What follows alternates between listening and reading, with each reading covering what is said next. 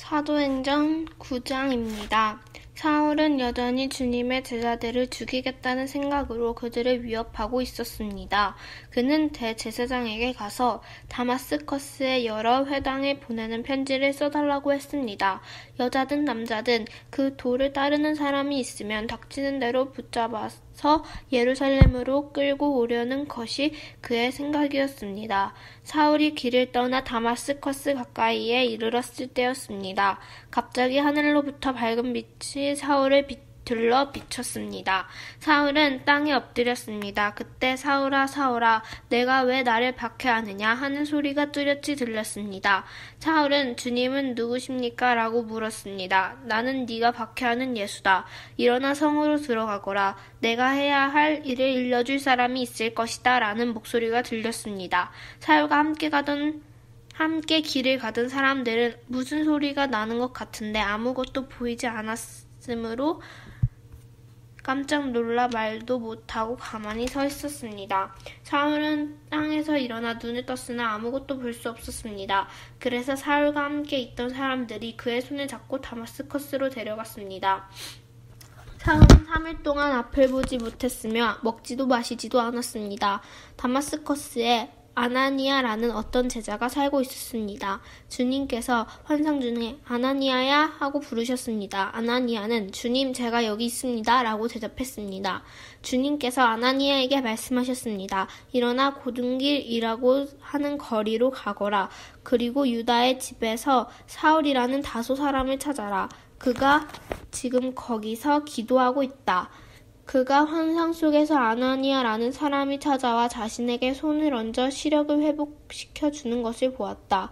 아나니아가 대답했습니다. 주님, 제가 많은 사람들에게서 그 사람에 관한 소문을 들었는데 그가 예루살렘에 있는 주님의 성도들에게 많은 해를 입혔다고 합니다.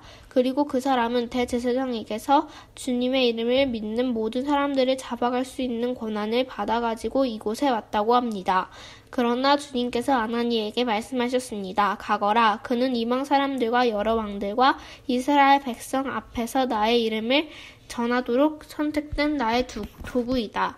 그가 내 이름을 위해 얼마나 많은 고난을 당해야 할지를 내가 그에게 보여주겠다. 아나니아는 그곳을 떠나 사울이 있는 집으로 가서 사울에게 손을 얹고 말했습니다. 사울 형제여, 그대가 이리로 오는 길에 나타나셨던 주 예수님께서 나를 보내셨습니다. 예수님께서 나를 보내신 것은 그대의 시력을 다시 회복하고 성령으로 충만하게 하려는 것입니다. 그러자 곧 사울의 눈에서 비늘 같은 것이 떨어져 나가고 사울은 다시 보게 되었습니다. 사울은 일어나 세례를 받았습니다. 그는 음식을 먹고 기운을 되찾았습니다. 사울은 며칠 동안 다마스커스에 있는 제자들과 함께 지냈습니다. 그는 곧바로 회당에서 예수님은 하나님의 아들이다 라고 선포하기 시작했습니다. 사울의 설교를 들은 사람들은 놀라서 물었습니다. 이 사람은 예루살렘에서 예수님을 믿던 사람들을 닥치는 대로 죽이던 사람이 아닙니까? 그가 이곳에 온 것도 제자들을 붙잡아서 대제사장들에게 넘겨주려는 것이 아니었습니까?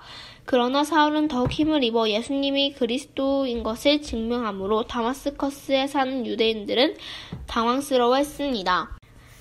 여러 날이 지난 뒤 유대인들은 사울을 죽이기로 모의했습니다. 그러나 사울은 그들의 계획을 알게 되었습니다. 그들은 사울을 죽이려고 밤낮으로 성문을 철저히 지켰습니다. 어느 날 밤 사울의 제자들이 광주리에 사울을 담아 성벽에 난 구멍을 통해 그를 성 밖으로 달아내렸습니다.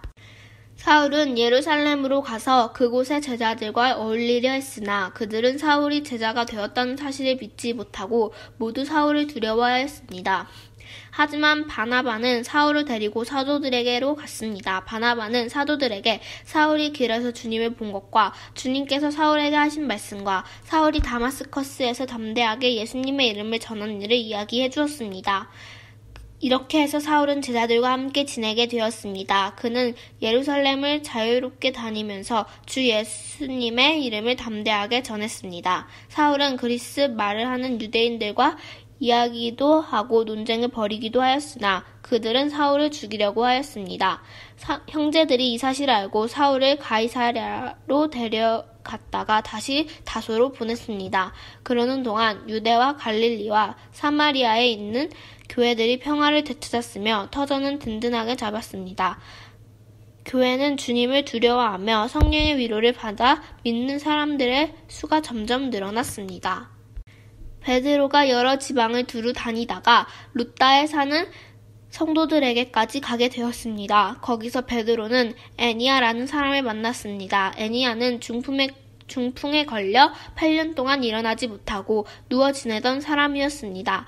베드로가 그에게 애니하여 예수 그리스도께서 그대를 고쳐주실 거요. 일어나 자리를 정돈하십시오. 라고 말했습니다. 그러자 애니하가 곧 자리에서 일어났습니다. 루다와 사론에 사는 모든 사람들이 그를 보고 주님께로 돌아왔습니다.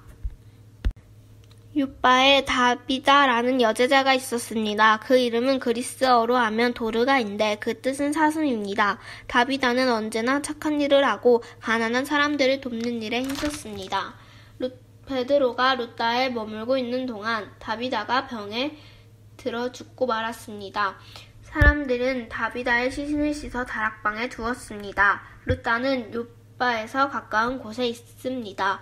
욥바에 사는 제자들이 베드로가 루다에 있다는 말을 듣고 두 사람을 베드로에게 보내어 속히 와달라고 부탁했습니다. 베드로가 일어나 그들과 함께 욥바로 갔습니다. 베드로가 그곳에 이르자 사람들이 그를 다락방으로 안내했습니다. 과부들은 베드로의 곁에 서서 울며 도르가가 살아있을 때 만든 여러 옷가지들을 베드로에게 보여주었습니다. 베드로는 사람들을 모두 내보낸 뒤에 무릎을 꿇고 기도했습니다. 그리고 나서 시신을 향해 몸을 돌려 다비다여 일어나시오 라고 말했습니다. 그러자 다비다가 눈을 떠서 베드로를 보더니 일어나 앉았습니다. 베드로가 손을 내밀며 다비다를 일으키고 성도들과 과부들을 불러서 다비다가 살아난 것을 보여주었습니다.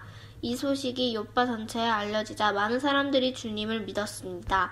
베드로는 욥바에 있는 여러 날 동안 가죽 제품을 만드는 시몬의 집에서 묵었습니다.